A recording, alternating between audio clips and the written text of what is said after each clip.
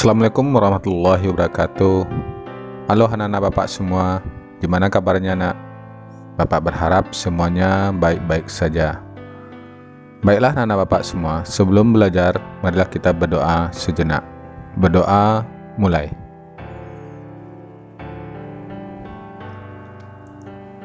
Selesai. Pembelajaran kita hari ini adalah tema 2, persatuan dalam perbedaan. Subtema 2, bekerja sama mencapai tujuan. Pembelajaran 3. Muatan pembelajaran kita hari ini adalah IPA dan Bahasa Indonesia. Kompetensi dasar 3.3 dari IPA adalah menganalisis cara makhluk hidup menyesuaikan diri dengan lingkungan. Kompetensi dasar 4.3 menyajikan karya tentang cara makhluk hidup menyesuaikan diri dengan lingkungannya sebagai hasil penelusuran berbagai sumber. Kompetensi dasar 3.4 dari Bahasa Indonesia mengali informasi penting dari buku sejarah menggunakan aspek apa, di mana, kapan, siapa, mengapa, dan bagaimana. Kompetensi dasar 4.4 memaparkan informasi penting dari buku sejarah secara lisan, tulis, dan visual dengan menggunakan aspek apa, di mana, kapan, siapa, mengapa, dan bagaimana, serta memperhatikan penggunaan kosakata baku dan kalimat efektif. Tujuan pembelajaran kita hari ini adalah 1. Setelah membaca teks, siswa mampu mengidentifikasi ciri-ciri kalimat efektif pada teks tentang semangat persatuan di masa persiapan kemerdekaan Indonesia. Kedua, setelah membaca teks, siswa mampu menulis peristiwa penting tentang semangat persatuan dan kesatuan dalam bentuk peta pikiran berdasarkan teks sejarah menggunakan aspek apa, di mana, kapan, siapa, mengapa, dan bagaimana dengan menggunakan kalimat efektif. Yang ketiga, setelah melakukan pengamatan dan membaca teks, siswa mampu mengidentifikasi cara hewan menyesuaikan diri dengan lingkungannya. Yang keempat, setelah melakukan pengamatan dan membaca teks, siswa mampu melaporkan cara hewan menyesuaikan diri dengan lingkungannya secara lisan dan tulisan. Kerja sama merupakan hal yang sangat penting dalam mencapai tujuan sebuah kelompok. Apakah kamu pernah melakukan kerja sama untuk mencapai suatu tujuan? Ayo membaca. Bacalah teks berikut dalam hati. Pertempuran Ambarawa. Pada tanggal 20 Oktober 1945, tentara sekutu di bawah pimpinan Brigadir Bethel mendarat di Semarang dengan maksud mengurus tawanan perang. Kedatangan sekutu ini diboncengi oleh Netherlands Indies Civil Administration (NICA). Namun, ketika pasukan sekutu dan NICA telah sampai di Ambarawa dan Magelang untuk membebaskan para tawanan tentara Belanda, para tawanan tersebut justru dipersenjatai sehingga menimbulkan kemarahan pihak Indonesia. Pada tanggal 26 Oktober 1945 di kota Magelang, terjadi pertempuran antara pasukan Tentara Keamanan Rakyat (TKR) dengan pasukan gabungan Inggris dan NICA. Insiden tersebut terhenti oleh Soekarno dan Brigadir Bethel melakukan perundingan dan memperoleh kata sepakat. Namun, ternyata pihak sekutu mengingkari janji. Pada tanggal 12 Desember 1945, pertempuran berkobar di Ambarawa. Kolonel Sudirman langsung memimpin pasukannya yang menggunakan taktik gelar supit urang atau pengepungan rangkap dari kedua sisi sehingga musuh benar-benar terkurung. Setelah bertempur selama 4 hari, pada tanggal 15 Desember 1945 pertempuran berakhir. Indonesia berhasil merebut Ambarawa dan sekutu dibuat mundur. Kemenangan ini diperoleh berkat kerjasama dari seluruh rakyat di Ambarawa. Kemenangan pertempuran ini kini diabadikan dengan didirikannya Monumen Pahlawan Ambarawa dan diperingati sebagai Hari Jadi TNI Angkatan Darat atau Hari Juang Kartika.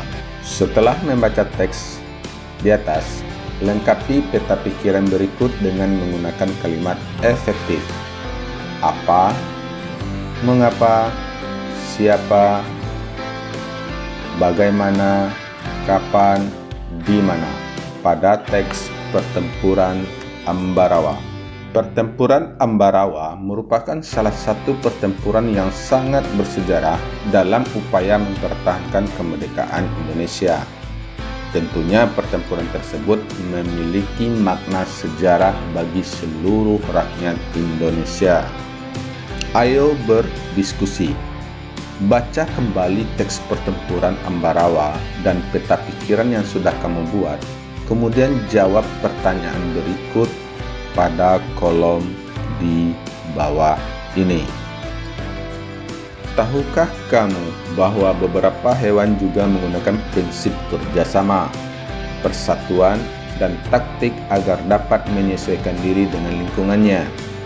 Hiena adalah contohnya. Salah satu cara yang dilakukan hewan ini agar tetap bertahan hidup adalah dengan bersatu dan bergerombol. Ayo membaca. Ayo kita baca berita dari surat kabar berikut dalam hati.